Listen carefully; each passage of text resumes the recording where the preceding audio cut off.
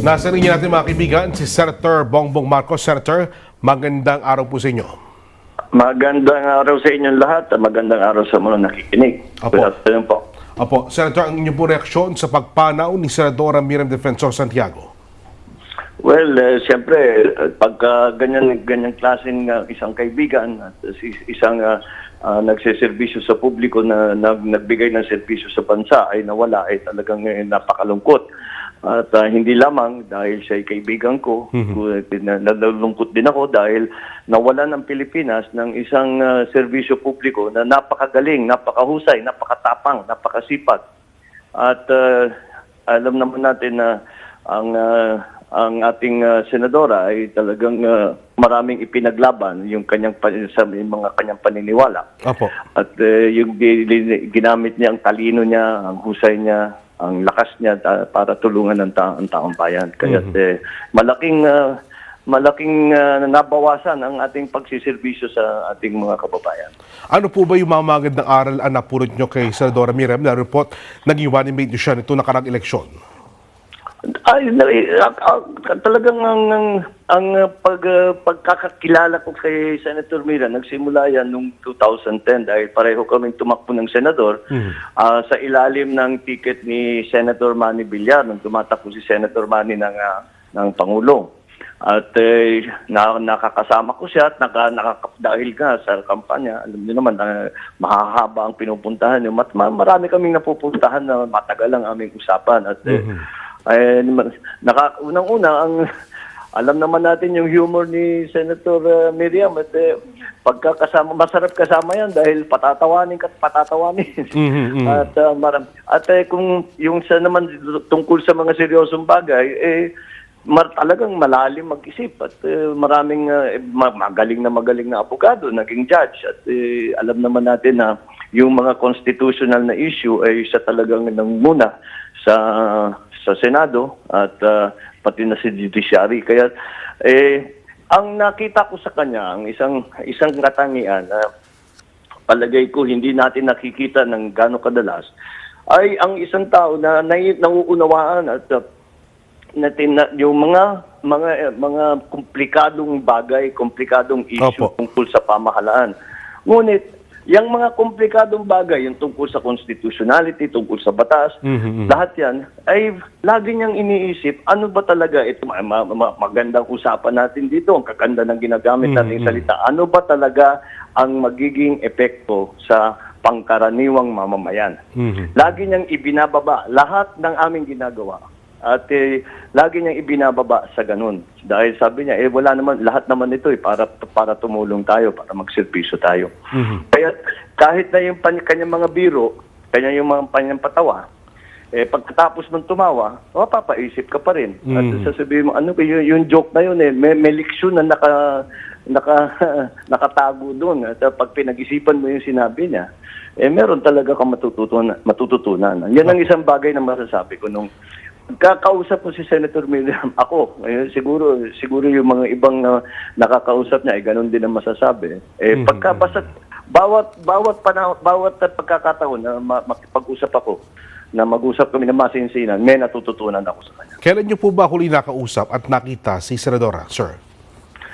Huli kaming nagkita yung last day ng kampanya. Dahil meron kaming isang rally at kung saan kami magkasama. At nag-usap naman, yung last time kami nag-usap pagkatapos na ng eleksyon.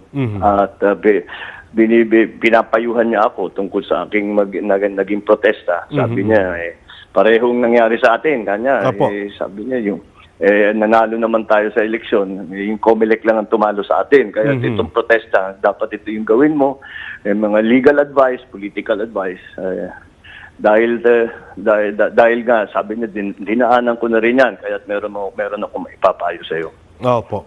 Pero sabi nga sir, parang sa madaling panahon ay nawala ng buhay itong si Senadora Miriam Santiago. Marami po nangyayari sa ating bansa ngayon. Palagay niyo po, meron pa rin mo masasabi si Senadora Miriam Santiago sa kabila ng at this point in time, hindi na po siya senador?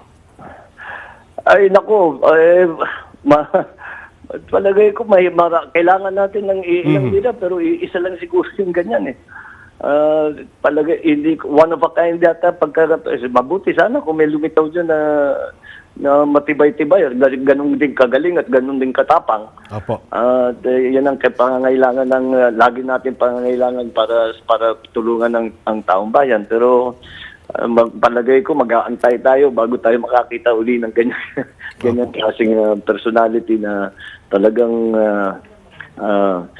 walang ang usapan nga namin nung kanyang kapatid si General Defensor ang sabi nga sa akin sabi alam mo nung ginawa ng Diyos yan walang nakalimutan lagyan ng kambyadong paatras puro palaban kaya yan ang mga kailangan natin sa atin sa gobyerno ngayon. All right. Senator, kung ituring po ng iba si Senadora Miriam Defensor Santiago, Iron Lady of EDSA, of Asia.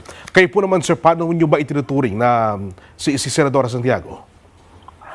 Well, alam ko naman, siyempre, kilala natin lahat yan. At yun na nga, kaya may palaban, may matapang, at hindi... siguro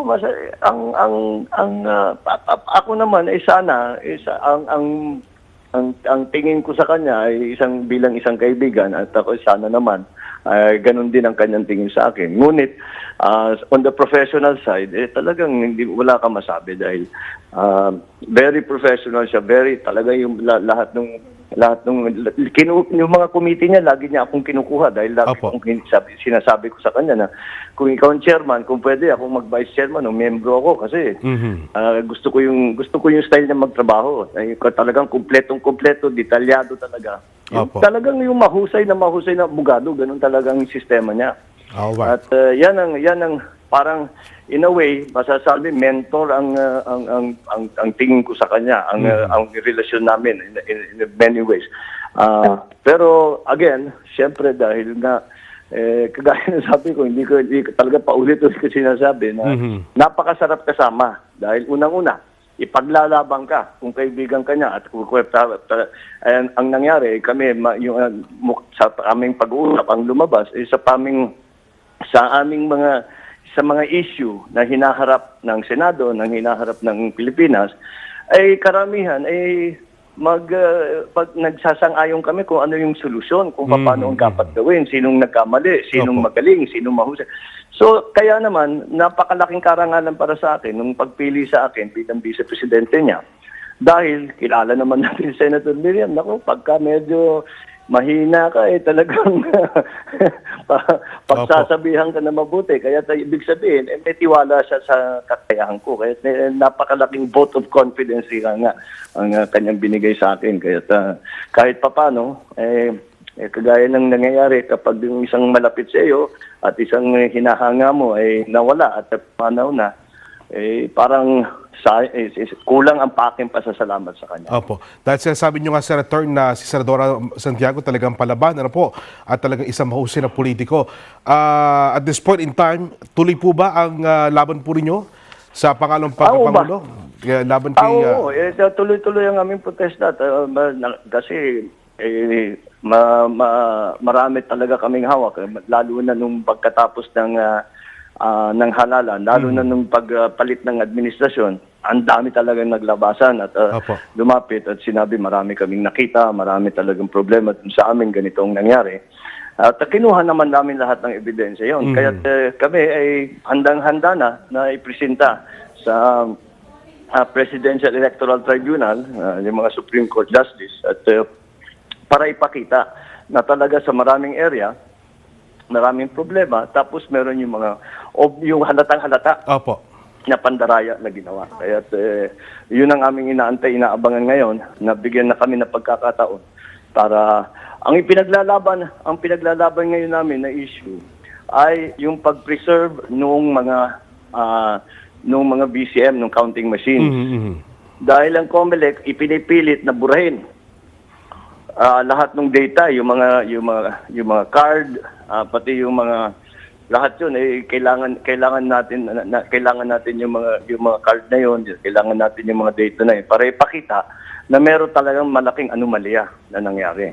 At huli na lang kaya po, yun ang Senator, ang tanong po ng iba, kung sakasakali lang po na may i-alok na posisyon po sa inyo, si Pangulong Duterte, tatanggapin niyo po ba to? Mahirap hindian ng isang pangulo. Ako naman nasa serbisyo publiko, kung makatulong ako sa ating pangulo, kung makatulong ako sa trabaho ng gobyerno, gagawin ko. Yung sa sitwasyon, ang tanong din yan, kasama din yan, kung ito ang sitwasyon na yan, kapag tinanggap mo ang isang cabinet position, ay kailangan mong bitawan yung protesta. Ang sabi ng mga abogado, hindi naman. Hindi naman. Sumalit tuloy pa rin, Senator. Kahit na-appoint ka sa isang posisyon, pwede mo pa rin ituloy yung protesta. Opo. Meron na po bang nababanagan kayong posisyon na maaaring pagkaloob sa inyo ni Pangulong Duterte? Ay, wala. Hindi pa namin napapag-usapan yun dahil mahaba-haba pa ito, mga ilang buwan pa bago yung ban, ng 1-year ban matapos. Kaya pagka nag-uusap nga kami, sinasabi ko lang kung anong kailangan mo na maitulong ko, yun ang gagawin ko. Kaya siyempre, sanay ako sa galing akong local government, yun sa Senado, local government. Marami akong gustong gawin sa education. Yung kahit sa foreign relations, kaya natin yan. Kaya kahit na ano sa palagay ng Pangulo na makakatulong ako, siyempre tatanggapin ko. Senator Bongbong Marcos, maraming po salamat sa oras po ninyo. Magandang tanghali po. Magandang tanghali sa inyo at maraming salamat.